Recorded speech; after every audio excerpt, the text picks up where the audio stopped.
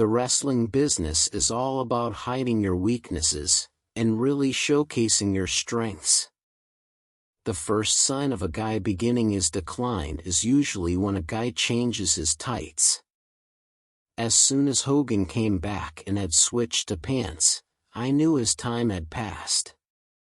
Which it isn't to say that pants are necessarily a bad thing. I know Vince doesn't like them, but some guys are able to work their career in pants. Guys like Shawn are kinda proof of that. However, once a wrestler switches his tights to something different, it's a change for the worse. And now, my dad Stu used to say, when the product's no good, change the packaging, which is just an old school shooter's way of saying when something isn't as good as it used to be, they often try to market it different. I'll never forget when Hogan took some time off and came back in '93. I was supposed to work a program with him that summer, and we had already plotted out the match. With a real passing of the torch moment, Hogan was gonna go for the leg drop, and I was gonna catch them and spin his legs into the sharpshooter. However, when Hogan showed up wearing his red pants and his yellow boots, I just knew the high-energy stuff from the '80s was gone. I also knew that the chances of Hogan taking the sharpshooter just dwindled.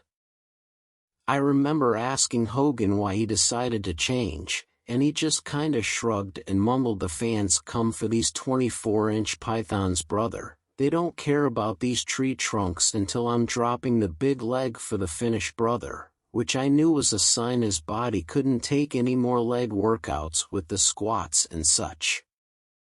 Which also meant he probably wasn't interested in taking the sharpshooter either. I mean, Hogan was off the steroids by then, and his tree trunks looked more and more like little palm trees you'd see outside his house in Florida. Randy Savage also sorta went through the same thing. He went from classic tights, to pants, to the full body attire, and then a jacket and hat on top of that by the time he was done. You never got that with Bret Hart.